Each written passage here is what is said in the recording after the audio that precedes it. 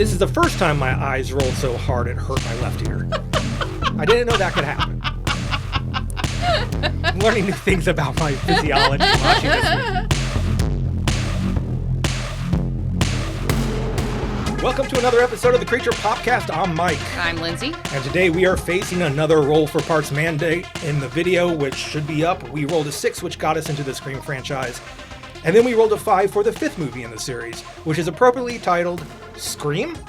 I know, it's confusing, but also self-deprecating. We're talking about 2022's Scream, a self-described requel of the 1996 Scream, which for all intents and purposes is just Scream 5. Written by Matt Bettinelli-Olphin and Tyler Gillette, and directed by James Vanderbilt and Guy Busick. It is 114 minutes of Wes Craven's corpse being dangled between two funhouse mirrors so we could watch its distorted image disappear into eternity. Lindsay? Oh my gosh. You want to talk about Scream? Not really, but let's do it. All right. Should we just preface this with, I have seen 0 Screams. Oh, right, that's right. I've seen pieces. Drew Barrymore answers the phone. That's all you got to know.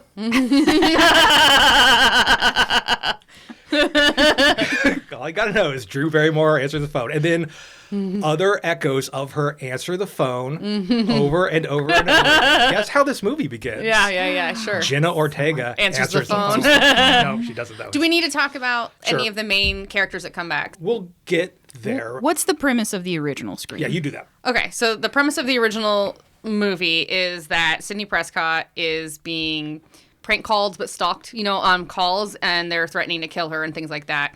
And slowly people around her are being killed. And her mom is dead, and her father's on a business trip, so she's kind of alone as a teenager. It becomes a web of interpersonal relationships, exposing secrets. It's very kind of soap opera-y. It is. And it all fits in 2 things. One is it always starts with someone famous getting a phone call and dying in the cold open. Right. Every single one of these does.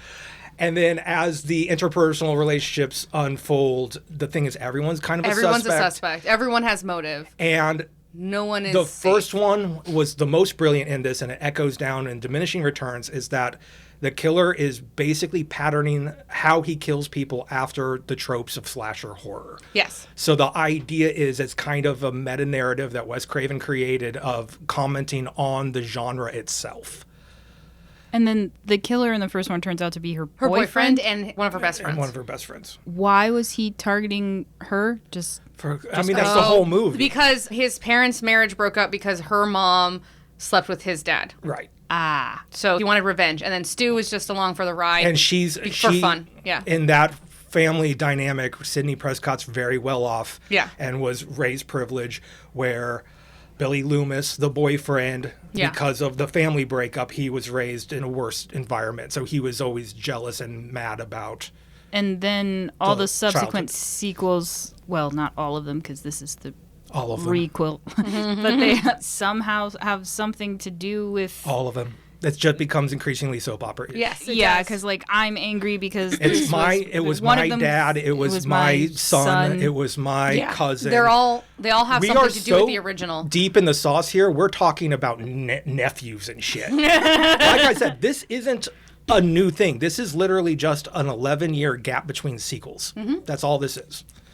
There's no about any of this shit. Yeah. It's the fucking same movie. Yeah, they just redo the whole movie. Instead of coming up with a new plot, they requel the movie. Yeah. So basically, from what I understand of requels, they're literally just doing the first movie over again. It's a remake, but they bring back legacy characters and have it in the same world so that you have like that emotional connection to the original movie to make you want to watch the requel more. It very much keeps defining itself as this is a cheap power money grab that's rolling in the grave of the previous movies. Yeah. And the fact that this is the first one that isn't Wes Craven's, Yeah. because he directed all of the first 4, Yeah. to whatever you want to say about those. It sucks. It just, I don't know. We're not even it's fine. into it yet. We're talking about it. It seems like they wanted to do Scream for like Gen Z, but they also wanted to make sure to still hook the like millennials and Gen Xers Yes. who grew up on Scream, so they threw in the old characters too. Oh, yeah. They literally just- talk There's a about this in the character movie. that says all of this in the movie. Yeah. This is a monologue in This the movie is so meta. That's not even and it a- talks about itself over and over and over And again. the fact this is my corpse in a funhouse mirror that just keeps going forever. No one is ever going to be able to stop. No. So, okay. Well, it makes a little more sense to me than the, like, Jason Voorhees, because that one I really needed to know what was going on, because I was like, why wouldn't he be dead? Isn't he dead? How many times did he die? But this one seems like it's just a rotating cast of psychopaths. Yes, always it is. taking It's up always the- a new the killer. helm. Every movie's a new killer. Right. So, and has some sort of relation to the previous killers. and they just put on the mask and pick up Boy, the they mantle. should really... And sometimes there's two, and sometimes there's that's the big You know what? twist. Final Three. Destination Bloodlines, like, this is a bloodline that should be ended. Yeah. Because everyone that comes... Some of the, I think that one of the directors is the director or the writer of Bloodlines? Oh my God. Yeah.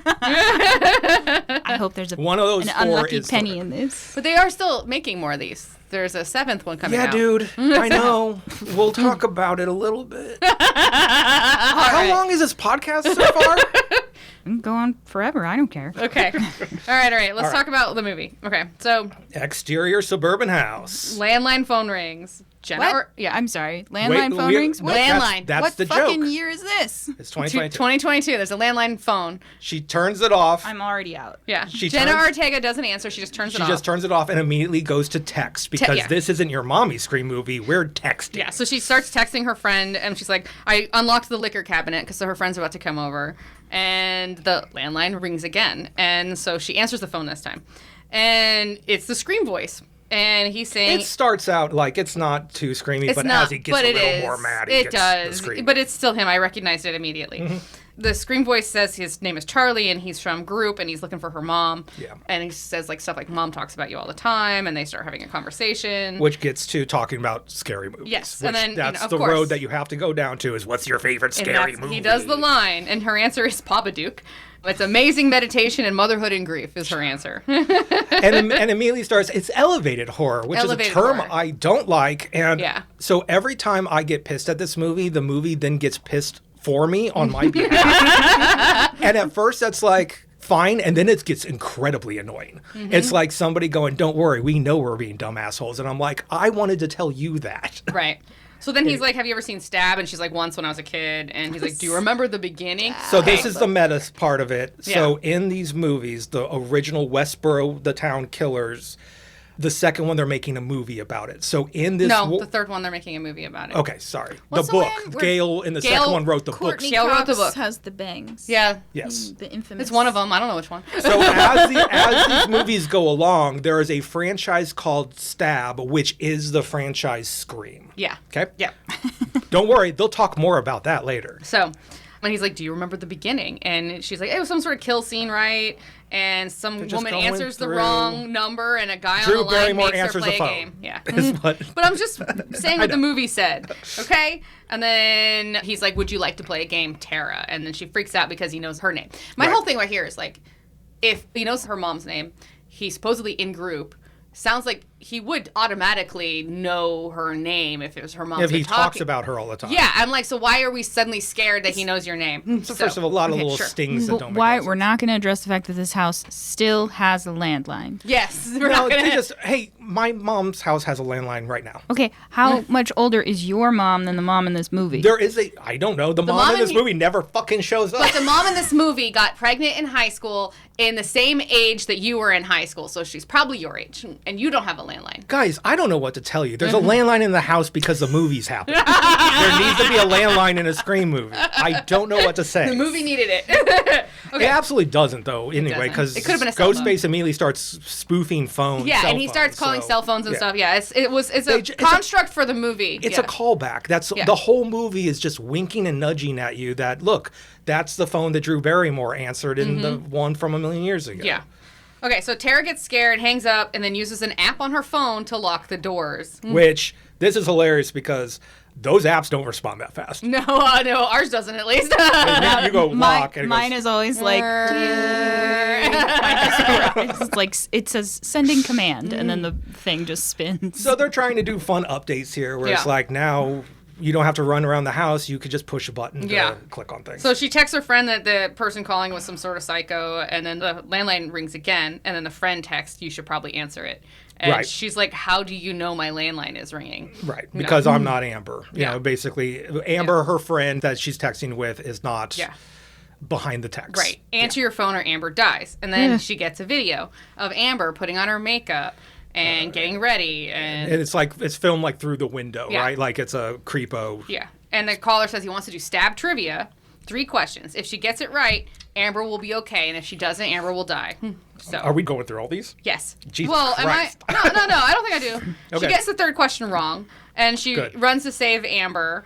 Yeah, it's all just a mismatch. I love that in this universe, instead of Drew Barrymore, it's Heather Graham is the one who gets killed in the beginning of Stab. Yeah. It's just like echoes. It's just wild. So anyway, so she gets the 3rd question wrong. She runs towards the front door, opens the door, and Ghostface is standing there. He stabs her, but she manages to shut the door and lock him out with the app on her phone. Even though she's touching the door, she could have just manually done it, but whatever. And then she's backing away, and the system disarms. And then she arms it again, and there's a back and forth between her and the killer. And I'm like, it's kind of a scary world of cloning phones where someone can just get in your house like that. Just saying. Someone can't get in your house like that. Yeah, I know. So then it is a scary world. Yeah, I know. The landline rings, and she answers it, and he's like, bonus question. Do you think I made it inside your house before you could rearm? Yep. And she's then grabbed and stabbed again, thrown on the ground. She's fighting back. So smashes her leg. Like, he literally takes steps on it and smashes her. And you see the bone jut out. This is one of the most fighting back characters that you've ever seen. So now there's like a little more. She's fighting back. And why they picked the smallest actress in the world to kind of like throw Ghostface around. He's not thrown around, but still to like hold her own for a couple seconds against Ghostface because she's so small. Yeah, she is small. She's got that adrenaline strength. Yeah, she has adrenaline strength. So she kicks him and he falls, and then she's crawling away, but then he grabs her and stabs her multiple times. Yeah, it's okay. So and the cops show up.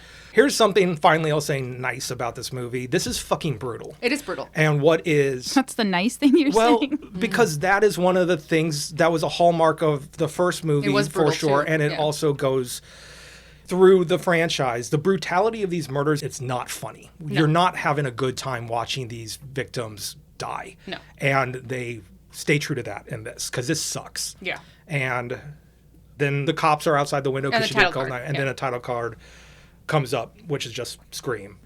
All right. Modesto, California, bowling alley. Yeah, we're outside of a bowling alley where a young woman is taking a pill. Taking pills. Real quick, just before also back with Ortega in the house, she uses an inhaler. It's not that important. It's a huge Until plot. the end, it's a we'll huge talk about plot it. point. Yeah. It is a huge plot point. She has an inhaler. It is the reason they don't get to leave the movie. So a huge plot point is that Jenny Ortega has an inhaler that will disappear from this movie until they need it at the end. Yeah. All right, anyways. It reminded me because these pills are also a tiny plot point with her character. Okay, so the girl is outside taking a pill, and then a guy comes to join her, and they're a couple. They're having a cute little moment. So they're Sam and Richie. This is Sam Carpenter, played by Melissa Berea. Might be doing that wrong. And Richie is played by Jack Quaid. Sam we'll soon find Tara's sister. We'll find that their last name is Carpenter because, of course, we have to put a John Carpenter thing in this movie because Billy Loomis is named after the Donald Pleasance character in Halloween. So don't worry, we checked that box. Yeah, we checked all the boxes. So she gets a phone call, and it's from somebody she knows back at home about the attack on her sister. So she tells them that she's coming. And Richie's like, I'm coming with you. So they're going to go back to Woodsboro. Yeah. So back in Woodsboro, there's a friend group meetup, just like in the beginning of the first movie. Just like the first one, outside of the high school. All the friend group, they're talking about the attack and comparing it to what happened last time. And then there's some older guy in a purple car making eyes that this girl lived with pink hair. So my notes say, we meet too many people. We do meet too many people. Wes, the phone caller to Sam, has hung up. So we're cutting straight to his ending of the phone call. We meet Amber, the friend from the window in the cold open. Yeah. There are twins, Chad and Mindy. Yep. And then Liv, who is Chad's girlfriend. Yeah. Across the way is a creepo played by Kyle Gallner. I know, you love him. My boyfriend. Yes. Who's a real dirtbag leaning against a 1971 Dodge Charger. That's really pretty. He doesn't need to be in this movie. No. But so he's antagonizing. So this friend group is talking about the murder, or she's not dead yet, but she will be. Everyone's being super meta about it's all happening again because the cops know that it was somebody in a ghost face mask that did this. Right. And so they're all being super meta, and then their conversation's kind of knocked off because of this creepo named Vince, played by Kyle Gardner, is just sitting there being a creepo, a suspect, basically. Yeah. Okay. And then he drives off. So the friends decide to go visit Tara in the hospital, except for one friend, Liv, for some reason can't go. I don't know why, but... No, all of this is side eyes. The whole movie is, is she the one? Yeah. Oh, is he the one? Everyone from Go says everyone is a suspect for no reason. Yeah. It's like if one of our friends got murdered and we all was like, well, someone we know had to have done it. Right. Why would we do that? Why would we do that? We wouldn't do that. Well, isn't that what happened in Bodies, Bodies, Bodies? Yeah, they did. They just spiraled into insanity, which is... Yeah, but there was no one else there. It's true. They were in a hurricane in an isolated mansion. That's an isolation horror. In one night, someone did kill that person in that house. But this is, I guess it's because this has happened 4 times before. Yeah. That they should go, probably- It's always the it's friend always group. a pattern. Should probably move. Okay, yeah, well, so now we're with Sam and Richie, and they're driving back, and Richie has never seen Stab, and they're talking about what happened in the Stab movie and what it's based on. Right. Yeah, so basically the history, which we already told you basically about that. And Richie just goes, it sounds a lot like Halloween. Yeah. And she's like, it's not. And then she's like, oh, it kind of is. Kind of is. Yeah. So they get to the hospital, and Tara is happy that they came. Yeah. They introduce each other, so like all the friends are there, and then the sister and her boyfriend show up, and so they all have to like do the rounds of introduction.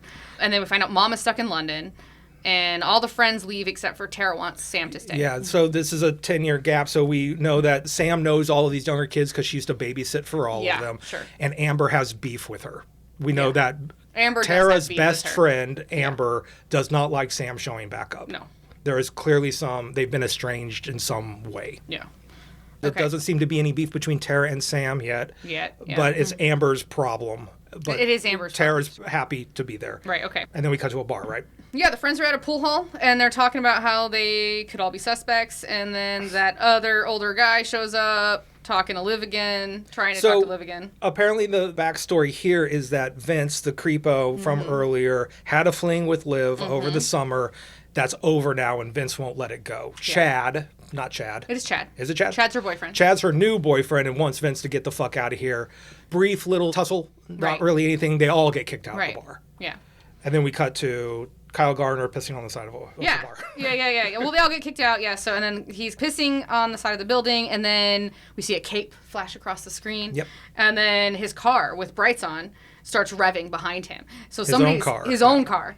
So he's like yelling, "Get out of my fucking car!" You know. And he gets up to the car, and it's empty. What's playing on the radio? For whatever Red reason, Right Hand. Nick Cave in the Bad Seeds' Red Right Hand, which had a beautiful needle drop in the first movie, They put it in every has movie. now had to be in every single Yeah. goddamn one of these Yeah, movies. it was in every single one. So another box has been checked. Everyone. Another box. Whoop. Could have So made like bingo cards. oh yeah. Exactly. That would be this super is fun. the movie to do that. So he gets up to the car and it's empty, and he turns it off, and then Ghostface is behind him, and he stabs him right through the neck, and he just bleeds out on the ground. So Kyle Garner, thanks for showing up. Yep. Bye. Don't forget your craft services sandwich on your way out the door. So at the hospital, Sam wakes up from a bad dream, and Richie is watching Stab on his on his phone. on Netflix. Yeah. And so she goes out and she takes some pills, and when she's looking in the mirror, she sees Billy Loomis, and he's talking to her. So now this is the first of the stupid legacy characters.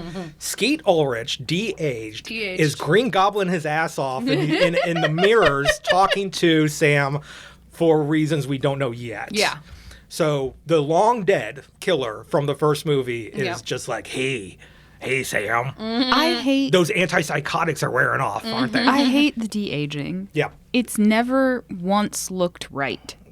Maybe it will looks get fine. there, It but looks it's fine. I think it's so 'cause- every time I'm like, Yeah, I mean, I he's totally get flat that. on. He's not having to see him from multiple angles. He's through a mirror. He's through a every mirror, time. so he's already a little And ghostly looking Skeet anyways. Ulrich hasn't facially aged He hasn't badly. aged that badly, So yeah. they pull it off. Also, he's the end of movie Billy Loomis, so he's splattered with blood. Yeah. So he still has, like, And I mean, when you last saw him. it's not like he's old yet. He's at max 50, like, right? I mean, it's been a like we said, 25 years between these two movies, though. So Does he have his floppy enough. hair? Yeah, he has the floppy hair. Yeah, he does. Okay. So she sees Billy Loomis talking to her. The antipsychotics aren't working as well as they used to. Billy asks her when she's going to tell Tara why this is all really happening. And then a cell rings, and it's Ghostface. And he's like, I hurt Tara to get you to come back to Woodsboro. And she's like, if you want to fuck with me, come get me, asshole, or whatever. Yeah. And he's like, with pleasure, and then he attacks. Yeah. Literally, if the line was or whatever in the movie, that would be fine. Too. That wouldn't have been or whatever. Or whatever. So Ghostface is attacking, and he tries to stab her, and she runs away to a cop, and then he checks the break room, and it's empty. So. Right. So obviously the break room is kind of thrown around. Yeah. So they believe, they don't say, something happened. They don't disbelieve her. They don't disbelieve her. So then I thought that they might because... Well, Sheriff Hicks disbelieves her. Yeah. Sheriff Hicks is now interrogating Sam. Okay. And now Sheriff Hicks does not like her. Is our second legacy character. Yeah. She has come back from Scream 3 when she was the deputy sheriff in love with Dewey. Mm-hmm. Now she's back. Who's in love with Dewey? Courtney Cox. Who's in love with Dewey? Look, I haven't seen the movies, but I've seen David Arquette. Wait till Old Man Dewey shows up in this movie where he's the rugged, soul-hurt version of the goofy boy we used to love. Sucks. So Sam and now Sheriff Judy Hicks have a little moment where the sheriff is like, you were a terror to this town when you were younger. Maybe you should just do everyone a favor and get the fuck out of here. Told her to leave in the morning. Yeah. All right. So Sam asks to talk to Tara alone, and then she's telling her about when her dad left, and she was 13, and Tara was 8, and Sam was in the attic looking for Christmas decorations and found some old diaries. And she read them even though she knew it was wrong to do so. And this is how she found out that her father is not her real father. And so she went downstairs and she basically verbally attacked her mother about it. And her father was standing behind her the whole time. So she at 13 broke up her family because her real daddy is Billy Loomis. Yeah. It's not really her fault that her family broke up. They talk about that. They do. She's young. She hurt. She fucking does something else that's stupid. But there is a lot of guilt that she put on herself that was not necessary. Mm-hmm. And then her sister, Tara, at the time is only 8. Yeah. So she goes crazy. That's in there, right? Yeah, no. So Sam, after her dad left, Sam acted out lots of, she's like, I took every drug I could find. She acted out because she was always afraid that she would be like Billy Loomis. Which is the stupidest thing. It is stupid. The movie tells you that serial killing is in your nature. Right. She wasn't raised by this man. No, she wasn't. But can ghost She's 13 and that's what people do. I guess maybe she built the psychosis in her head that enables the Green Goblin to talk to her through the mirror? Absolutely. Okay. So she's like, but somebody on her last call, they told her that they knew who her father was, And right. so she's like, somebody knows, and that's why you got hurt. Right. And this is all happening again because of this snake eating its own tail. Right. And then Tara kicks Sam out of the hospital room. Right. Because she fucked around being nuts for 5 years. And the moment she was 18, she left and ghosted the entire family until this day. Yeah. It's been another 5 years. So another 5 years. So that's what happened. Okay. Richie overheard the conversation in the hall, and Sam tells him that this is the moment in the horror movies where you want the character to get the fuck out. And she's like, and it's time for you to get the fuck out. And he's like, I'm not going to leave. This is the first time my eyes rolled so hard it hurt my left ear. I didn't know that could happen. I'm learning new things about my physiology watching this movie. He's like, what's the next step? And he's like, we got to go talk to an expert. So next scene is trailer park. We cut to a trailer park, and here's Old Man Dewey. Old Man Dewey. Who drinks too much. He's drinking spiked coffee and watching Gale Weathers on the news. Okay, so let me take a little moment here. Sure. This is sad. It is so sad. And it was sad at the time. It was so sad at the time. So these two people met in real life, Courtney Cox at this movie. On the set, and David Arquette, on the set of Scream 1. Got married. Were married for 11 years. Yeah. Shortly after Scream 4, they broke up. They had a child together. They divorced. Yeah. And it was all the shit that happens to people in their business and whatever. Sure, Hollywood is hard to stay married. So. Yeah, it's hard to stay married, and it's hard when something like that happens to stay private. Yeah. And now seeing them together in this movie after 11 years again, playing broken up, heartbroken, still in love lovers. Yeah. I hope that they were like, we're on board with this. Yeah, I hope so too. Or maybe even they brought this energy to it going Right. like, oh, we can flesh out these characters. Sure. But to watch them like say some of this stuff to each other, Yeah. especially as we get Yeah. down the line, it's just like, well, this is like airing not dirty laundry, but this is like too personal Yeah. almost. This is a plot line they would write in a K-drama where they're like two lovers who broke up are forced now to come back to work together, where you would be like, this is over the top. No exes would agree to this ever. They'd just be like, no, we're not going to do it. Right. I want to know who talked them into it. What Exactly. persuasive person was like, I mean, just because they're exes doesn't mean they're not friends. I think they're fine. Like, they have a child together. Part of my little rabbit hole is that I think they're fine. I think they're fine, But- yeah. And like I said, maybe they brought I feel like when I saw that conversation, I felt like they were literally dialing into their own real life. Right. And she literally calls him her best friend in this movie. So, it's I feel like there is But- definitely a connection there, that they're perfectly grown adults to have that connection without any drama. Yeah, and I think maybe it's, like I said, even possible that they brought this to this and maybe even influenced the script to be more like this. But in a movie, in a franchise about meta shit on meta shit on meta shit, this like real life meta, it's like too much. I'm going blind here. Like, it's too much going like, do I need to worry about David Arquette? No, we don't. David, are you okay? David, are you okay? Yeah. Anyway. Okay, so they knock on the door. So he's watching the news. Richie and Sam, they knock on the door, and it startles him, and he spills his coffee in his lap. He's like, go away, and they won't go away. And so he opens the door. He's like, give me one good reason to talk to you. And she's like, I'm Billy Loomis's daughter, right out the gate. And he goes, that's a terrible reason for me to be talking to you. But he does. Yeah. And they go inside, and now Dewey is the one who's doing the rules. Yes, so now he's like, I'll give you 2 minutes. I'm missing a show I like. And then Dewey immediately starts, he's like, who's this guy? We're talking about Richie. Like, he's like, there are rules to a stab movie. Rule 1, never trust the love interest. Right. Well, here's the thing also. When Richie comes in, he clocks Gail on the television set that's paused, and he goes, oh, weren't you guys a thing? Yeah. Which immediately for me was like, why do you know that? Because you don't know stab movies. Because you don't know stab movies, but he is binging them. So this is, again, a little diamond in here that makes me go, you are making me look at this. You are making me actually question something. Sure. Okay. Rule 2, the killer's motive is always connected to something from the past. Yep. And rule 3, the first victim always has a friend group that the killer is part of. Those are the rules to stab movies, or scream movies in this case. And it's not actually true for the franchise in that. Like, it's not always a member of the... maybe kind of. I mean, it's like in 3, it's not really a friend group, but it's like the work group that they brought together. Sure. So, like, you know. Laurie Metcalf in 2, though, is just the mother. But who is helping her? Maybe we'll just... one of the guys from the... It's Jerry Oliphant? O'Connell. No, Jerry O'Connell gets... Never mind. We'll talk about it when we talk about that movie. Yeah, you're right. Yeah. I think it's Timothy Oliphant. Oh, it is Timothy. Is it really Timothy? It probably is Timothy Oliphant. I think. But It's I don't know his relationship. Group. It's still part of the friend group. Oliphant would be, but Metcalf it wouldn't. No, but she was the mother of whatever, as a partnership. She's a teacher, though, there. That is true. Yeah, she was a teacher. So, like, adjacent. Somebody you think you can trust. Yes. And you can't. Yes. It's definitely someone you know. Right. So then Sam asks for help, and he's like, I've been stabbed 9 times. I have a permanent nerve damage and a limp. I can't help you. Yeah, well, I'm not doing this again. Why would I? Yeah. And Sam says, this always goes back to the past, so if I'm in danger, you're in danger. And he's like, time's up, and kicks her out. Yeah. He gave him 2 minutes and sent them on their way. Yeah. Now, immediately, he calls Sydney. Sid, which is the camera's low. You just see someone jogging. Pushing a stroller. Camera moves up, and it's Nev. Yes, it's Nev Campbell. God, who cares? She's now happy with Mark, her husband, and 2 girls. Yeah. And wishes Dewey all the, thanks for letting me know. Yep.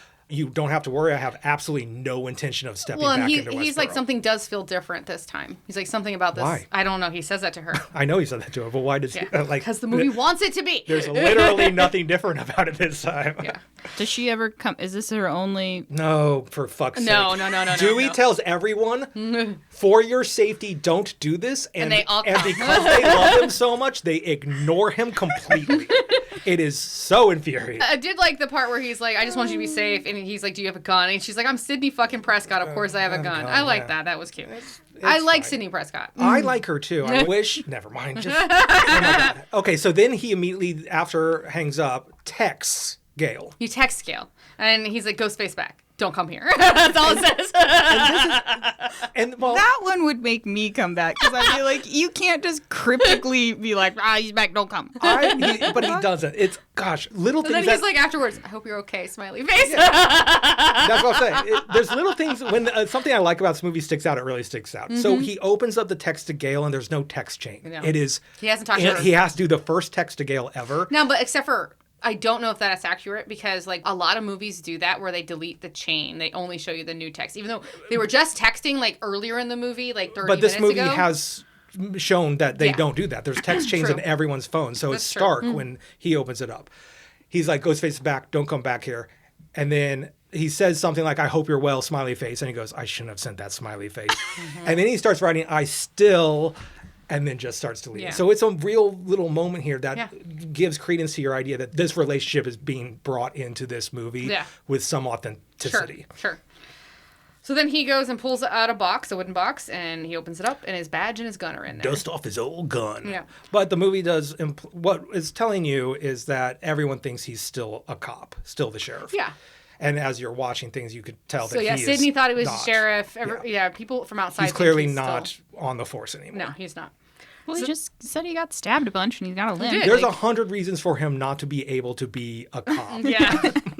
Other than his of course, it's wellness, because he went down a dark hole of alcoholism. I'm like, no, he's been through the fucking ringer. He's been beat up. You can't expect him to keep patrolling. Every single person Dewey knows in his entire world has left Westboro or is buried in Westboro. Yeah. He's the only guy left. Yeah. Okay, so at Randy Meek's house, for fuck's sake. Sam and Richie get out of the car and turn around. This is our next one, and I hate this one so fucking much. Okay, so we don't know it's Randy Meek's house. But we do very shortly. Right. Sam and Richie go up to a house. Yeah. Before they get to the door, old man Dewey saddles up going, I'm down for one last ride out of nowhere. She's like, he came is all, Yeah, he came. Yeah. He doesn't say that. But as they go in, the camera pans across a mantle, which is a memorial to Randy fucking Meeks. Yeah. Who he survived Scream 1. Jamie Kennedy. Yeah. And was... Jamie Kennedy. He's Jamie Kennedy. was the most beloved part of Scream. Yeah. And then came back in Scream 2 doing the same thing and then died. Yeah. And was so beloved that they had to introduce a sister to give Sid a videotape of Randy Meeks just so they can keep him as a cameo after he's dead. And he's back in this one too. Wait, does anybody know what Jamie Kennedy's doing now? Where'd that guy go? He's in a bad way. He has some bad social media ideas. We don't talk about Jamie Kennedy. Sorry, Jamie Kennedy. Maybe not. Sorry. Bye. So they're all together. And it turns out that this is the twins. Randy Meeks was the twins' uncle. Yes. So two of the friend group, turns out their mom is Martha Meeks, played by Heather Matraaz, her name I'm butchering, who is reprising her role from Scream 3. This is another 90s actor. Doing a cameo. Yeah, she's in a lot of stuff. She's in a lot of stuff. Matarazzo? Yeah, her. Yeah. I'm sorry, I did that so bad. Was it the movie like Dollhouse? Welcome to the Dollhouse. Yeah, that's it. Welcome to the Dollhouse. Lots of things. Lots of stuff. Anyway, this woman who has a great acting career is pulled back for a cameo of a cameo in this movie to connect Randy Meeks to this friend group. Yes. Anyways, okay, so all the kids are together, the whole friend group, and Sam and Dewey and Richie. And Sam tells them her secret, and that one of them is the killer, based off of Dewey's rules. Dewey's rules mean that one of them's a killer. She just points her all her friends. She's like, one of you fuckers. I mean, I swear to God, Scream 7 has to be like, take the mask off. We're like, who the fuck is this guy? That's the only thing we have left to do. It's Old Man Carruthers. He owns the zoo. We haven't seen him the entire time. We've never even been to that zoo. You meddling kids. Okay. They're discussing the first 3 attacks, and they're all related to the Someone original. How, like, it's one of the 2 sisters, and then the middle attack he was related to somebody from the original movie. Cal Gallner, he's dead. Who was he related to? Oh, yeah. It turns out Cal Garner's character, Vince, is the nephew of Stu Macher, Matthew Lillard's character. All right, there you go. We don't need all this shit. Cal Garner showed up in this movie for 7 seconds. Yeah. And it's just... Does anyone in this town ever, like, move and marry somebody that's not also from the town? Sydney did. Dewey did. They're just, they put everybody together, and it's weird that their friend group isn't all attached to somebody else. But anyways. It begs the question of, like, how are these people just coincidentally friends? Right. They're not... Yeah. It feels like it was manufactured by probably our killer who was a mega fan. Right. So, yeah. Or a bad script. Or a bad One script. of those two things. Anyway, so they're all related to something from the original, and then was it Mindy who's like, it's a requel. So this is the whole requel scene. Mindy is essentially now picking up Meeks the is the mantle role. of Randy Meeks and doing the whole The new rules of the movie. And we just did that already. So we have like 3 different scenes in this where we tell Learn the rules rules? about Yeah. the movie. That this is a requel. It's remaking a first movie. It's not really remaking it, but not with the really legacy characters. But bringing in legacy characters so new generations can love a thing while old generations can Yeah, they love had a this whole thing about like where, your parents show this movie to you when you're like 10 years old and because they loved it so much and that you learn to love it. And so that it's another bonding moment. They stop the movie and the actor just goes, hi. Here's what we're doing. And it's so jarring and weird because before, none of these Scream movies had actors think they're in a movie. That's true. There are... Except for, that's not true. I mean, I feel like the first movie, there was constant. This killer is doing a movie, and Randy Meeks is constantly telling you the rules of the fucking movie. So... And everyone treated Randy Meeks like he was a fucking He was nerdy right. idiot. He was right. He was right. That's why he was beloved. He was the one that was the nerd. He brought nerdy knowledge into the room. And everyone was like, fuck you, Randy. And then shit happened because no one listened to the Harbinger. Right. In this one, everyone's just like, I'm in fan fiction? Yeah. Does anybody think now that we've done roll for parts in the middle of different sections, we can no longer actually do any other movies in these series? Yeah, actually, I literally never want to do roll for parts again. I know. I'm just like thinking about we've talked so much about Scream 1 at this point that we can't ever do Scream 1. Right. I mean, like, it's not an option. It was a fun concept, and it is a failed I concept. agree with you. Now we have to pick and choose the movies. Now I'm just going to like, make you know what? We're watching Dream Warriors. You're going to have to sit through it. We're doing one of them. Fine. Okay, anyways, back to where we were. Okay, so basically now through this whole, like, telling you the rules of a requel, Mindy basically goes to Sam and she's like, by the rules of the requel, you're the killer. Sam gets very upset and she drives off, leaving Richie behind. And then Which is weird. Yeah. As she's driving off, she hallucinates Billy Loomis again in the mirror. And he's telling her to use him as a strength to find these people and cut some throats. That's what he says. Young Padawan use me. Never mind. I don't know why I'm doing a Star Wars thing. So then we're at Sheriff Hicks' house. And the door opens and a noise goes off and she asks, "Is that you, Tiger?" is what she says. And she's talking to her kid. This is arguably the best. The first half of this is kind of the best part of it. Feels like a Scream movie. It does feel like a Scream movie, sure. This part of it does. And no one answers, so she grabs a knife and slowly goes towards the front door, which is wide open. And she looks out and there's nothing, so she closes it, but then turns around and her son, Wes, is there, they scare each other. And then she's like, "Are you being safe?" And he's like, "Yep, even though my friends make fun of me," and pulls out two tasers and puts them like in a key bowl by the front door. This is a really sweet mother-son, teen-son relationship. It felt real to me because it kind of felt like you guys are on your own. I'm going to get sushi. He's going to get, plates, shower, and then he gets a plate. He gets all everything of this ready, is like... He's a good boy. He's a good boy. He's a good boy. So mom's going to go to sushi, and Wes goes to shower. On her drive to sushi, Ghostface calls her and tells her that he is going to gut her baby boy. Yeah. No. You're not going to make it. You're not going to make it. Yeah. So she calls Wes, but he's in the shower. He can't he's hear in the it. shower and the phone's on the sink. So mom is like rushing, and Ghostface keeps calling and telling her she's not going to make it. She also because she's the sheriff, goes all points bulletin. Everybody get to my house as soon as possible. So mom finally gets to her house and runs towards the door, but then Ghostface steps behind a bush and literally slams a knife in her guts. And just gets on top of her, stabs her over and over again on her front sidewalk in broad daylight. Yeah. It's fucking sucks. So then we have the scene where Wes comes out of the shower, he dries off, he goes downstairs, he starts getting ready for dinner. He's like making the table, getting plates out, getting the soy sauce and the sriracha and the chopsticks. He's like he gets mom a bottle of wine out. Like he's like very much like we're having dinner together. This is what we're doing. This is a night. This is not a special night. This is a normal. This is a normal night. Now it's undercut. But it's the entire time is like jump scare. I call it. But no jump scares. The Great Dramatic Door Dance. Yes.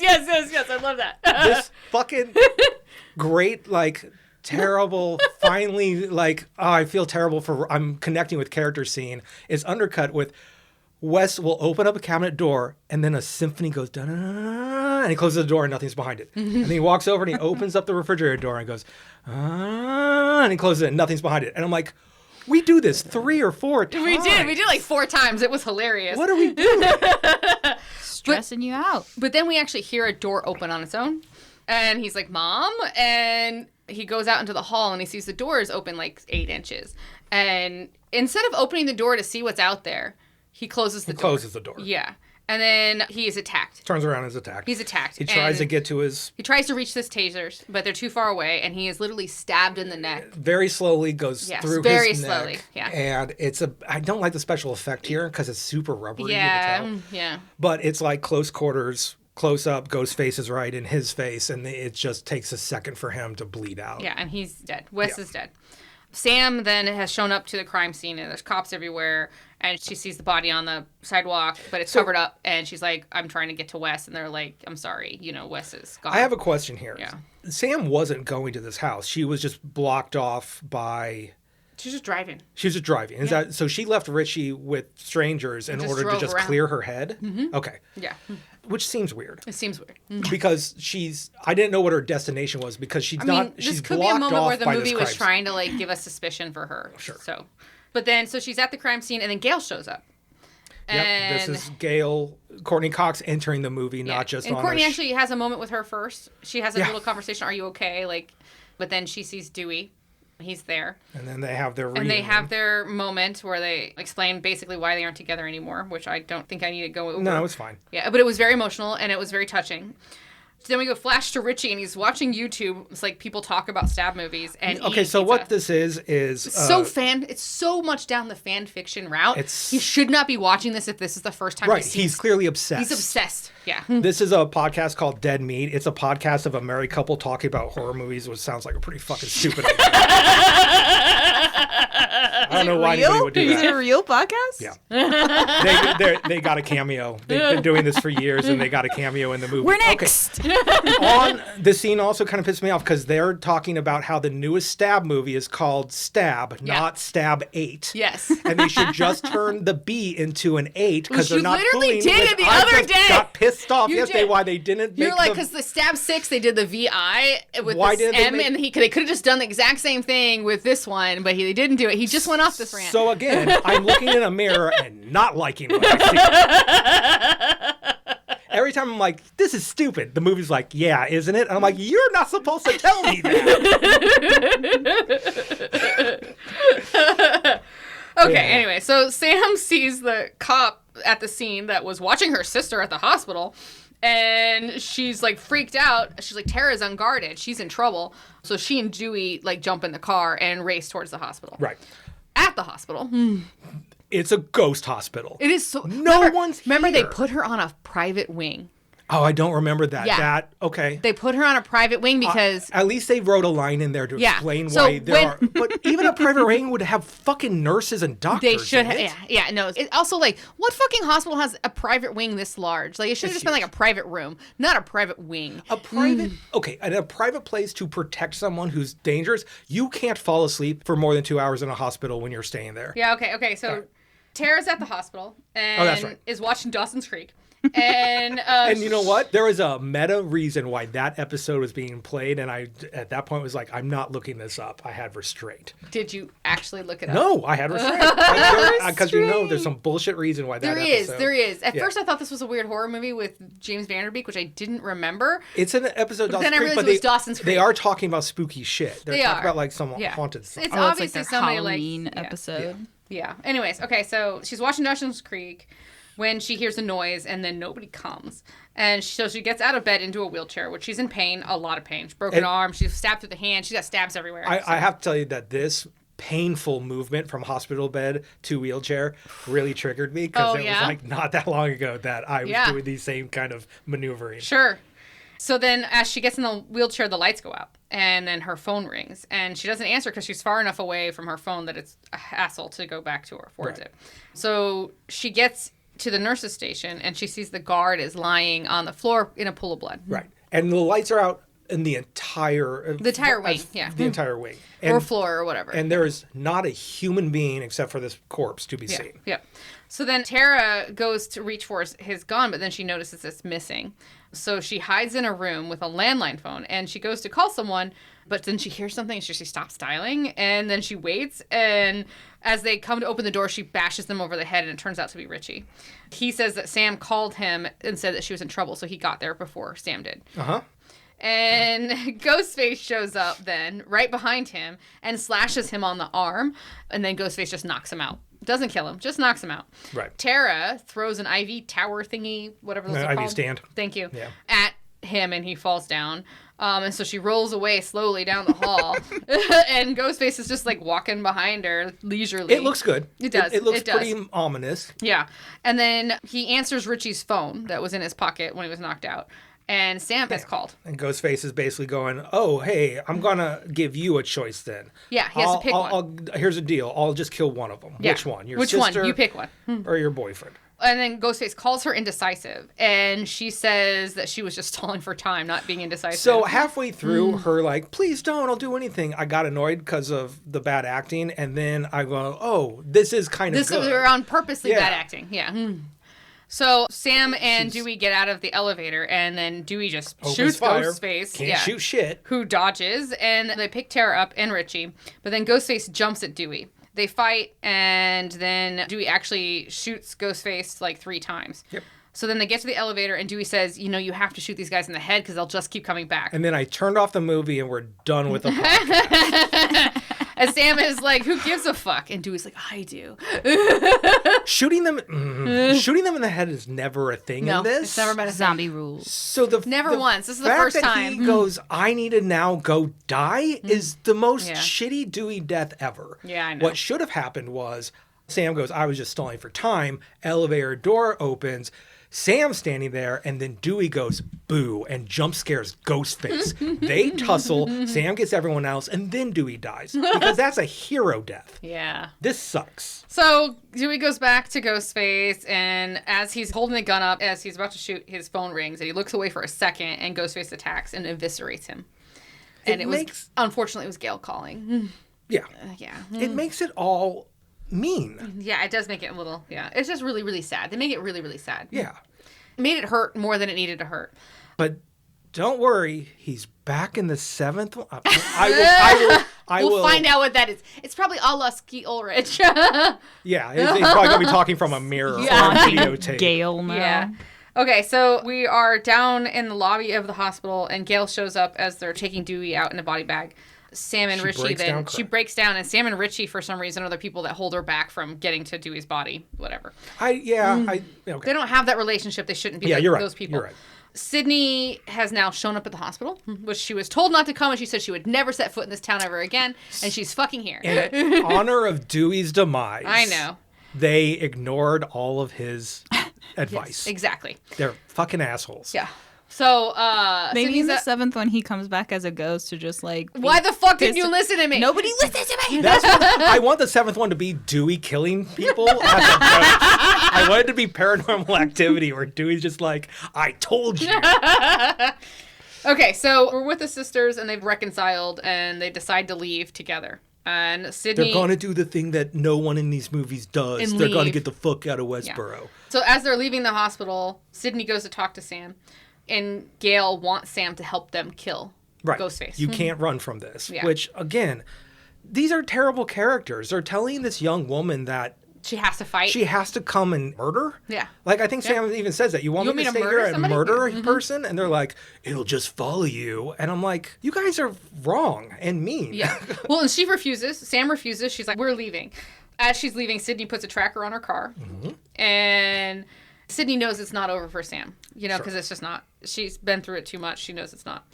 In the car, Tara can't find her inhaler. And... Dun, dun, dun. She's like, I have an extra one at Amber's house. And where she's like, absolutely not. We're not doing this. Not going absolutely back. Not. We're not going back. And then eventually they convince him she needs it. It's medically imperative. Medically necessary. So They go to Amber's house, but there's a party at Amber's house. Amber's having a third act party in a house. Just like the original movie. Seems like a pretty and familiar there's a house. big banner that says For Wes. Which I'm pissed off about because it's a double thing. I know. Okay, number one, your buddy just died 8 hours ago. That body's not cold. You're having a house party with decorations that are like it's a little uncouth. It's totally uncouth. I mean, I get that they're kids and there might be assholes, but also the double meaning of this movie is for Wes Craven, who passed away between 4 and 5. I know. I'm done. I'm just whatever. I know. Okay.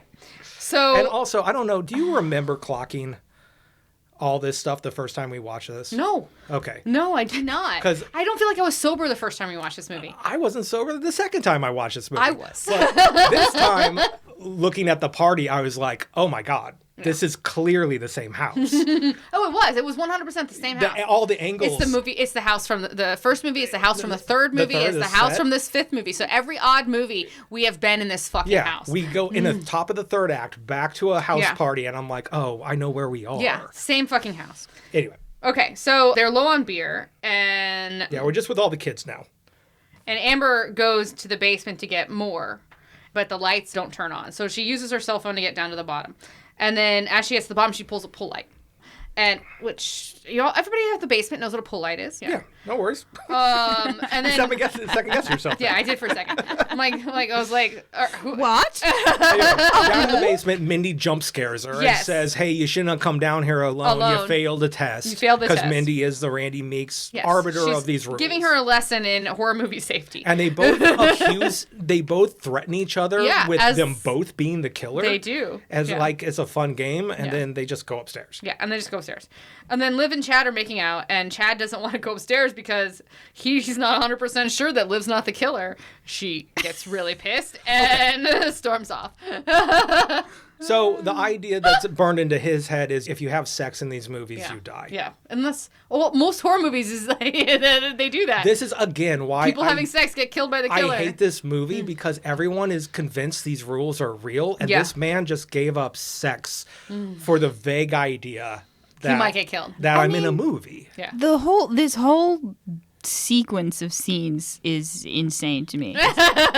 Their friend died. Their murders are still happening. The murderer is on the loose. They're having a big ass party. Definitely think that's part of their. You gotta remember, the first movie does the same thing. The house party is, well, you're right. They're throwing a party, but they're throwing a party because, not because their friend died, they had decorations up. School's out because there's a weirdo on the because there's the school got closed down because there's a murderer, so they have a fucking party. I would almost qualify as the exception because it's the first one. Yeah. So the town and the people in it don't necessarily know how this goes. Right. Yeah. So if the rules of this movie happen, and I know where this is going, a party is thrown and no one shows up because they know that everyone dies at the party. That would be more accurate. Yeah. Okay, so anyways, so she storms off. Then the kids, which is mostly just Mindy and a couple other people, are watching Randy, which is actually Stab Randy, but not real Randy. Mirrors and mirrors and mirrors. Talk about the rules on the TV show. They're watching the Stab movie, but it's a scene from the first movie. Randy Meeks' stand-in in the Stab movie is doing verbatim the scene of Jamie Kennedy playing Randy Meeks in Scream 1. Here's my thing. If this book was written by Gail Weathers, and the movie was based off of a book that Gail Weathers wrote, how did she get what Randy Meeks said play by play? She wouldn't. She wasn't obviously. There. But Randy did survive, unless he told her. Maybe he was a ghostwriter. He was a ghostwriter on her book. Or a consultant or something. Okay. Anyways, okay, so... But Randy Meeks wouldn't know he was almost close to Ghostface's death behind him, which Mindy does also in an upcoming no, series. that was really good. Okay, so Chad is outside looking for Liv, and he's grabbed a candlestick as a weapon because his sister is like, don't go anywhere without a weapon. Right. So this man has just said, no thanks, I won't have sex with you. And she storms off and then gives her 15 minutes and goes, okay, instead of risking having sex with you, I'm going to go out alone with a candlestick into the dark. Yeah. Mm-hmm. At least if they were having sex, they'd be together. Exactly. They'd also be having sex.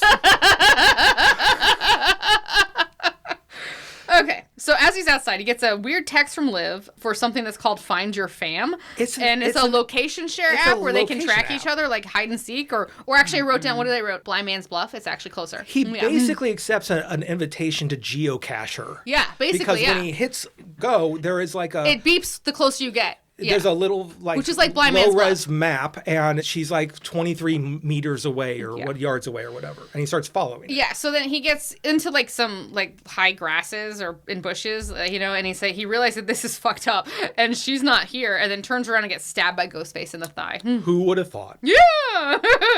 So he does fight back, like with the candlestick, and he's a football player, so he really body checks this guy, and then he runs off behind the house towards the shed. And the phone is still beeping. And then I'm like yelling at him, like, why don't you just toss it away instead of trying to log in and turn the fucking app off when he has to end up tossing it away anyways because he can't get the app to turn You off. are right. But I love this little detail. I hate our phones. Our phones in an emergency will kill us. His hand is covered with blood, and it won't register anything on the screen. It won't. And I love that because it's like... At least it's real. It's real. It's real. I realize that this phone, which is connecting me to... First thing you do when you're being chased by a killer, fucking throw your phone away. So that's true. Now but except for that's also like potentially your lifeline. Yeah. Do not take any advice of this podcast. What to do if you're being chased by a killer. So yes, when he can't get it open, he ends up tossing the phone. Yes. Anyways, there is no... Yeah, you're right. I don't know the answer.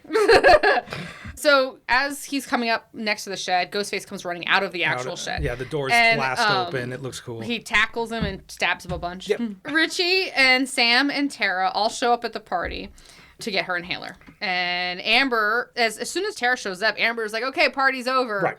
And kicks everybody out. And it's a fun little scene here. Sam convinces Jack Quaid's character, Richie, to be like the dad and kick everybody out. He's like, no one's listening really. And Richie's like, okay, that's it. He turns on the lights and kicks everyone else. Flipping the lights up and someone down. even says like, someone's weird dad just kicked us out. yes. And everybody but the core group leaves. Right. Yeah. So the core group is still there. Richie goes to the basement for beer, and it has a fun scene where he's like, hey, to Mindy, will you go down with me? And she's like, no. Absolutely refuses. And so but she's like, I'm glad you asked. That was a smart move, but I'm not going with you. Not going with you, newcomer. Exactly. Basically. So then Liv shows up next to Mindy, kind of scares her a bit. And Mindy, when Liv shows up, she's like, where's my brother? And she's like, I don't know where my brother is. And then Liv has a crazy psycho moment with Mindy. Because Mindy called her too boring to be the killer. Right. And Mindy, like, freaks the fuck out about the whole situation. Yeah, I forgot. Liv shows back up, and they have this little moment Liv does, about, again, throwing, like, red herrings left and right. Yeah, it's annoying. All it is like, who's crazy enough now to be the killer? At this point, you pretty much got in your head who it's, at least one of these folks is going to be. Yeah, but do you know? I mean, unfortunately, this is the second rewatch, and I knew who it was. So maybe I'm just like I'm very fond of Better Things, the TV show, and Amber is in that TV show. I don't know. And I remember who the killer was. Okay, and I guess spoilers. Sorry, that's what we do here. We spoil. Already obviously thinking it's the other one. You thought it was Liv? No, I didn't clock Amber at all. Oh, but I did clock the person we're going to talk about soon. Sure, of course. Okay, so... I love that I'm like cliffhanging. Yeah, I know. You're trying not to give it away yet. I love it. After these messages, come back for the reveal of the killer. Okay, so now we flash to Sydney and Gail, and they're in their car, and Sydney's realized that the car that they're following is stopped at Stu Macher's house. Dun, dun, dun, which we kind of already... Where Billy Loomis and Stu Macher kill everyone at the end of the first movie.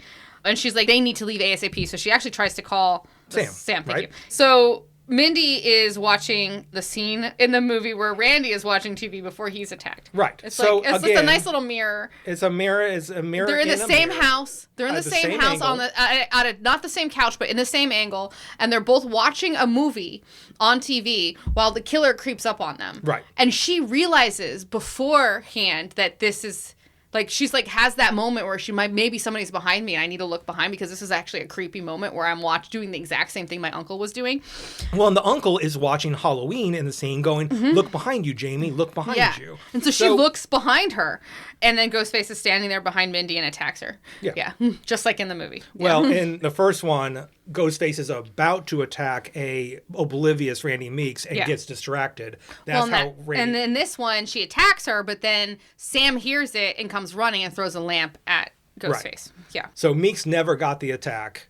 Yeah. Mindy got the attack, but it got broken up. Yeah. There's a lot of blood. Mindy is injured. We're never talking about a Scream movie again. No, we can't do it. We can't do it. I love Scream, guys. It's my favorite franchise. I love it to death. I'll do 3 with you. Okay. Maybe? Yeah, no, I could do 3 because we talked about 1 a lot. 7 years from now, we'll talk about this.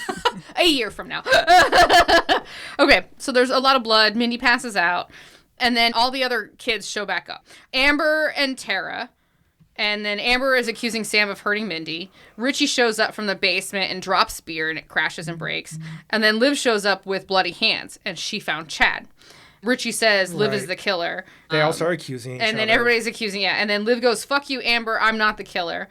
Because Amber's trying to get everybody to stop accusing. And Liv. And then Amber goes, yeah. I know. And then picks up a gun and shoots her fucking in the Liv. head. Shoots her in the head. Because I am. Because I'm the killer, yeah. And then Amber points the gun at Sam and says, welcome to Act 3. And then she shoots at Sam, and then Richie yells, run, and drags her away. Tara then also moves her arm up at the same time, so Amber doesn't actually hit her sister. Right. So nothing is more fun than watching a movie and having a character introduce the acts to you. It's just so good. This has literally gone now to the point where these characters think they're actually making a movie, which is actually insane. But okay. Sam grabs a knife, and she and Richie go down to the basement. Richie's like, there's always 2 killers. She's like, no, you can't leave. There's always 2 killers. And Sam then pulls the knife on Richie. And Richie's like, I think Tara's the other killer. And he's like, how well do you really know her? And she's like, better than I know you. Yeah. Yeah. And meanwhile, Sydney and Gail have shown up. And they get guns out of a gun case in her trunk. These 2 characters don't need to be in this movie. They don't. They're just, when they showed up, I'm like, oh yeah, you. It's complicating everything. It's already so complicated. It's a love fest of legacy characters. It's not a love fest. They murdered one unceremoniously. They did. So then Amber comes out of the house as the women are outside and faking like she's injured and screaming and help, I need help. And then Gail and Sydney are just standing there watching. And then Sydney's like, what do you think? And Gail's like, trap. Yeah, it's a trap. And Amber immediately goes, fuck it, and starts shooting. Yes, she does. And unfortunately, Gail gets shot in the side. And so she runs off. Amber does. Gail tells Sydney's like, I need to take you to the hospital. And Gail's like, no, you need to finish this for Dewey. Yeah, the man who told you not to come back here. This thing never gets finished, apparently. Obviously. Also, it would be finished for Sydney if she didn't come back here. She has a family. Okay, so Sydney goes inside with her gun looking for people. And Sam is upstairs with her knife. And she finds Tara in a closet, duct taped. Duct taped and tied up. Amber... And she kind of has a moment where she realizes that Tara could also potentially be in on this. This is stupid as fuck. It They, is. again, is making It dramatic... is a red herring, Michael, and you know it. It causes dramatic tension for a second where she's like... She stops to cut... When she's about to cut her bindings open and then doesn't. Yeah. And then it cuts. And it cuts. We don't know if she did or she didn't. So Ghostface is calling Sydney, and she's shooting every door she comes to. Just like before she opens it, she's shooting it. Okay, so in Sydney's defense, she walks in the house and goes, I don't care if you're the killer or you're hiding from the killer. You have 5 seconds to come out either way. And then she starts going through the house, shooting through doors. Things, through closed doors. Not this woman just being like, I'm gonna kill you. She's a fucking Terminator. Are you hiding because you're I don't fucking care. Are you scared? So while on the phone with Ghostface, she's like, I'm bored, and hangs up on him, and he's so pissed about that. Which, this is at the moment in the movie where, again, the movie tells you, isn't this boring? Yeah.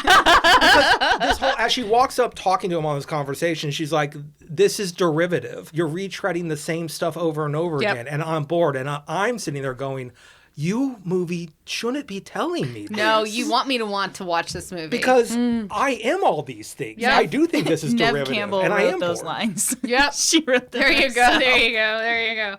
So at the third door she shoots, she actually shoots Richie in the leg. And she's like, why the fuck didn't you come out? And he's like, why would I come out? You're shooting every door. Why would I come out? He's right. He's right.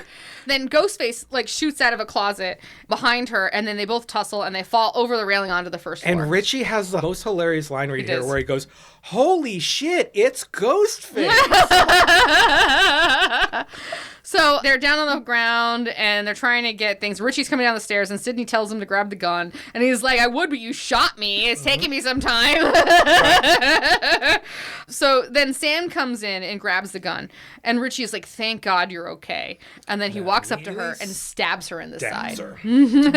This is the guy that's been on my radar for always a while. the boyfriend. It's always the boyfriend. And then Richie's like, I'm glad you're alive because I really wanted to be the one to kill you. Yeah. And then he twists the knife in her side and hands Amber the gun, who was dressed as Ghostface, because she's the one who fell over the railing. She holds it to Sydney's head, and then Richie gets out the inhaler and says, I can't believe this worked. Right? Which, again, is my whole issue with the inhaler, is that it was 2 parts of the movie. Yeah. I can't believe it worked either. Yeah, can't believe it worked. They did it all for the next movie. They're trying to save the franchise. And they can't be a toxic fandom because they love it. And they're trying to reinvigorate it by doing the same thing. I don't understand their thought process. Yeah, it doesn't make sense. So they take Sydney and Sam into the kitchen, and Amber leaves to go get Gale. And they take him to the kitchen because that's got to be where the end of the movie was in the first one. Right. So they have to do it again. They have to copy it. So they have their little reveal the plan moment. And she's like, I want to set her up as the villain. Sam needs to be the villain. And the new movie, they're planning to have it based off this one in real life events. Right. They want the new movie to be real life events. The OG Scream had Sydney's dad tied up in the closet because he was going to be the fall guy for the murders. Yes, originally. Yeah. So now they're making Sam the fall guy for the murders. The whole idea is to frame Sam for all this shit. Right, because she's Billy Loomis's kid. Right. She went crazy. She's jealous. All of that stuff. It's essentially a little tiny tweak off of Billy Loomis's original plan. Yeah. And they say that Dewey had to die to prove their movie had stakes and that they need the legacy characters to show that it had a real... I had to kill Dewey to make it real, to show it wasn't just some bullshit cash-in, run-of-the-mill sequel. David Arquette returns in Scream 7. Halloween 2027. I will watch it. I know! Okay, so Sydney dives for a knife and gets stabbed as she's diving. They say Sydney can't live either. They tell her anyone can die in a requel, and Sydney gets stabbed. Surviving this many times would be ridiculous, they tell her. I agree. Richie sends Amber to go get Tara so that they can set up the rest of the movie. But Tara's not there. They're like yelling, like, she's not here. And he's like, where is she? And she's like, I don't know. And so they're running around trying to find Tara. Sam actually untied Tara. And she's like, you're not as persuasive as you thought you were. And then the phone rings. She's like, that's for you. Tara then beats Amber with her crutch, attacks Richie, and breaks his wrist. Amber attacks Tara back, hurting her somehow. So she stops attacking. She stomps into the kitchen, and Sydney attacks her, but she drops the gun and grabs a knife. My notes are just a series of arcane symbols. Sure. So Gale grabs Amber's arm, and Sydney smashes a glass bottle full of goo onto her face. Goo? Yeah, I don't know what it is. Yeah, I don't know what that was. I thought it was alcohol, but it's goo. Onto her face. Oh, okay, this makes a little more sense. I hate this scene. So I'm just going to finish. Okay. So Amber trips backwards. Yeah. And as she trips backwards, she turns on the gas. Conveniently turns on a stove burner. Yeah. Which you know how easy that is to accidentally do. Yeah. And then... they, like, start teaming up on her, and she's like, no, it was the message boards that did it to me. She's such a fucking baby. She keeps flipping back and forth between victim and killer. Yes. And so then Amber is able to, like, she actually manages to hurt them both, and they come back at her, and she's strangling Gale. She's hurt Sydney for a moment, like, winded her or something. But Sydney then surfaces, and Gale headbutts Amber, who smashes into the stove, accidentally turning the gas on. Right. So Gale then asks Sydney... before this in the struggle, Amber spits in one of their faces and says it's time to pass the torch. Maybe. I missed that one. Because this whole thing is to set up that she's going to die in fire now. It's I forgot about that. Okay. So Gale asks Sydney if she wants to do the honors, but Sydney's like, no, this is yours, and hands you the gun. The two of them are arguing over which... not arguing, but being like, no, this is your person to murder in a kitchen. So then Gale shoots Amber multiple times, who falls onto the stove, lights herself on fire because that goo is flammable. And I didn't clock the goo. I didn't understand why she went up so fast. She was covered in goo. And she goes up in fire, and then we watch her, like, fall on the ground and be on fire. And they say something like, enjoy the torch, bitch. Oh, and I'm just like, everyone go home. You are drunk, go to bed. Okay, so then... Richie has a knife, and he is following a blood trail to a closet. But then Sam comes out of a different closet. Could be a room, who knows? And gets on his back, like piggyback style, and just like you would do with Jesus. Oh yeah, yes, just with Jesus. Yes, just like Jesus. Like Jesus. Yes, like it's another piggyback situation. Okay. So he smashes her into the wall to get her to drop whatever the weapon, get her off him, and they tumble down the stairs. Richie has a gun. Sam is trying to get to the door slowly, like she's like crawling. She sees Billy Loomis in the mirror, who seems to be like helping her by pointing to a knife in the corner. It's wild. It's so dumb. And so she gets the knife. The movie at this point pauses that Billy Loomis's actual fucking ghost lives in all mirrors and knows how things are. Or her subconscious clocked the knife and do more work for this movie. So she grabs the gun, she stabs Richie through the face, like right through the cheekbones. Yeah. And then multiple times over and over. And then does a berserker rage freak out. She's like, what was the line she said, Michael, did you write it down, about being the kid of a serial killer? Did you write it down? I didn't either. I never fuck with the kid of a serial killer. There's a new rule, never fuck with the kid of a serial killer. Is dumb. And then she literally just stabs him over, and she's covered in blood. It's over and over and over. It's a couple things, yeah. She's doing the berserker rage that Ghostface usually does. Yeah. And then when she's done, she does she cleans off the gun. There is a... Well, that's later, but like... No, not the gun. There's a blood swipe. Yeah, but that's after. So like Richie, he's crying, just like Stu was, like Matthew Lillard was. And he's like, what about my ending? And then she cuts his throat. Right. And then she does the blood swipe. Yeah. So Ghostface has a signature swipe off the blood off the knife that goes a shing. Yeah. And now she, not as Ghostface, as a survivor, is embodying Ghostface. Yeah. It's great. Yeah. And then Gail and Sydney come out from behind her and say, careful, they always come back. And so she takes the gun from Gail and shoots him 3 times, including the head.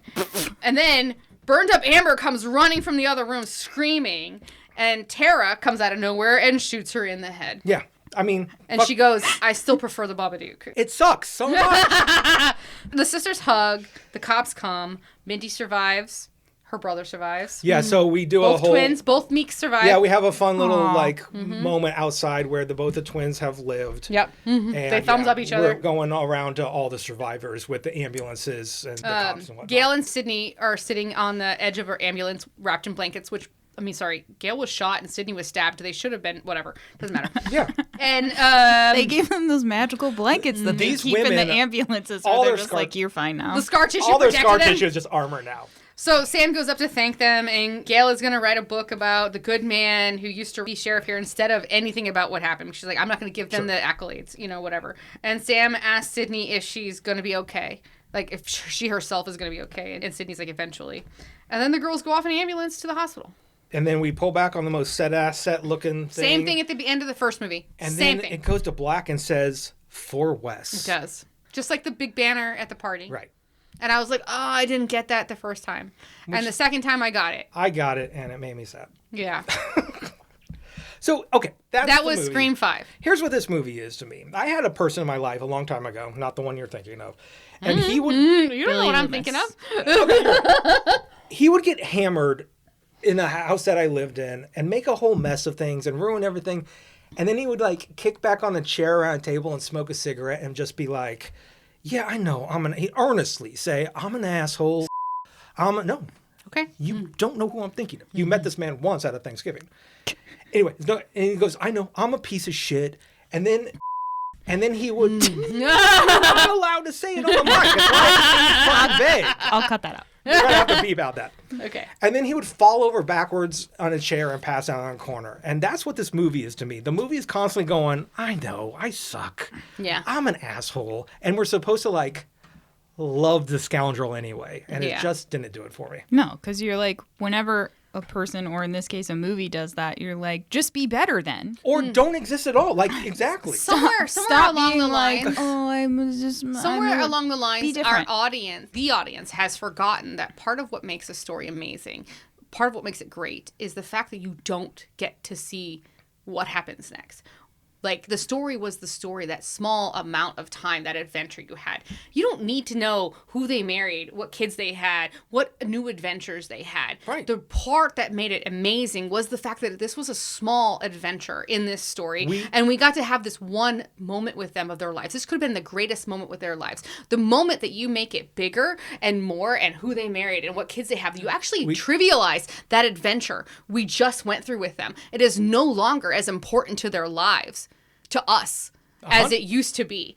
And they ruin it. They've ruined every bit of it. We have to explain how Chewie got his name. We got to explain how we need to meet all of Falcor's family. Yeah. We like all of this bullshit. It just is because IP makes money, I guess. The best. So you can't make more shit. There are good serialized stories out there, and they know when to fucking stop. Right. This one did not know when to stop.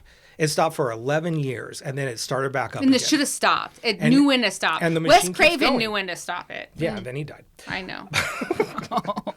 So that's where we're at. That was Scream. 5. Says you. Says I. Scream 5. So now I just got to wonder, do we have a question from John? What's your thoughts on space? More specifically, asteroids. So, do you have a thing about space? No. I don't think we're supposed to be there. I think the moon, there's a theory that the moon was part of our ball of stuff when our planet was forming, and that something hit us so hard that a chunk of us came off, and that became our moon. Why does it need to be part of us? I feel like that, like... I'm not saying it needs to. I feel I'm just saying that's the theory. Oh, God, I feel like our humanity, our ego of humanity is always like, this was part of Earth. You know, it doesn't they have no proof that it was part of Earth. There's not like a chunk of Earth missing that it's suddenly as big as the moon. There's a theory. This is not like flat Earth bullshit. I'm saying that there is actual like astrophysicists who posit that there is a very real idea that the moon is a chunk of Earth. So do they think there's I'm more coming moons to a point here. Okay, sorry. So my point is, the one other thing we've ever been able to get to is the moon. Right. We've never gotten to Mars. Yes, we have. What are you talking about? We've gotten to Mars. We have not. We sent robots there. We've shot cameras into fucking space. We got robots on Mars. Yeah, but that's not us. That's a robot. But isn't there a man travel to Mars soon? No human being has ever been to Mars. I think Elon Musk really wants to get to Mars and fucking let him go. Want him to go there. He's not going. And now the space tourism is just basically going up to 0G and coming back down. I think space exists for our imagination, but it's not meant for us. And I think we need to turn our eyes down to our sweet mother rock that we get all of the good eats from, that feeds us and sustains us. I have no faith in our leadership, our human ego, that they will ever look down and fix what we have versus just like finding something new they can damage. Like all these sci-fi shows, especially like Alien and the corporations and the new planets. And I mean, like I've read a lot of sci-fi in my history, and the Alien one is very close to like what I feel like is going to actually happen. They're going to figure out how to get to other planets. Or what's the other one I really liked on Amazon that I watched for like 9 seasons of? Jesus Christ, I don't know. Anyways, same concept. You live in a wormhole where you can compress television down to a spate of time that I simply do not have. I don't understand how you get through all this shit. No, I just don't think we have the technology or the ability to actually do the things that are Not yet, in these but shows. I don't feel like we're ever going to... We never will. I don't feel like they're going to focus ever on our planet. They're we're going to die out. Die That's out, fine. or yes, they will figure out how to go live on the moon or live on No one's Mars. going to figure out... My point is, no one's going to figure out how to live anywhere else. Oh, well, it's not going to thrive. It's going to be really bad. So, yeah. Wow, real downer. Oh, sure. Yeah. What do you think about asteroids, though? Yeah. I don't know. They're rocks. They fly through space a lot. I like the idea of the asteroids that have like other elements on them, and they would like have things that we could like make new technology on, and they would get to asteroids because they travel a lot easier than you could another planet. My thing about asteroids is, didn't we not too long ago have one that just was like a near miss? All the from time. the planet? There's near misses all the time. And I'm like, stop teasing me. Stop making this. Fucking. You want to blow up the planet? Yes, please. It's time. I mean, TikTok. My controversial take, which has been out there, I know I'm repeating it, but I think it would be easier to train astronauts to drill an asteroid rather than training drillers to be astronauts. Are you? It just seems like that's a simpler movie. Thank you. I couldn't think of the name of the movie. You have just been stalked by another episode of the Creature Podcast. I want to thank our producer, Jamie. She does not have a favorite scary movie at cherrystreetstudios.com or cherry_street_studios on Instagram. Thank you to Kevin MacLeod for all of our music. All of our art is made by myself and Lindsay. You get all of our episodes and our merch and our legit worry that all fandoms might be a problem at creaturepop.com. Until next time, we'll be right back, John. Bye, John. It's a good thing we don't have a fandom. For sure. We do not have a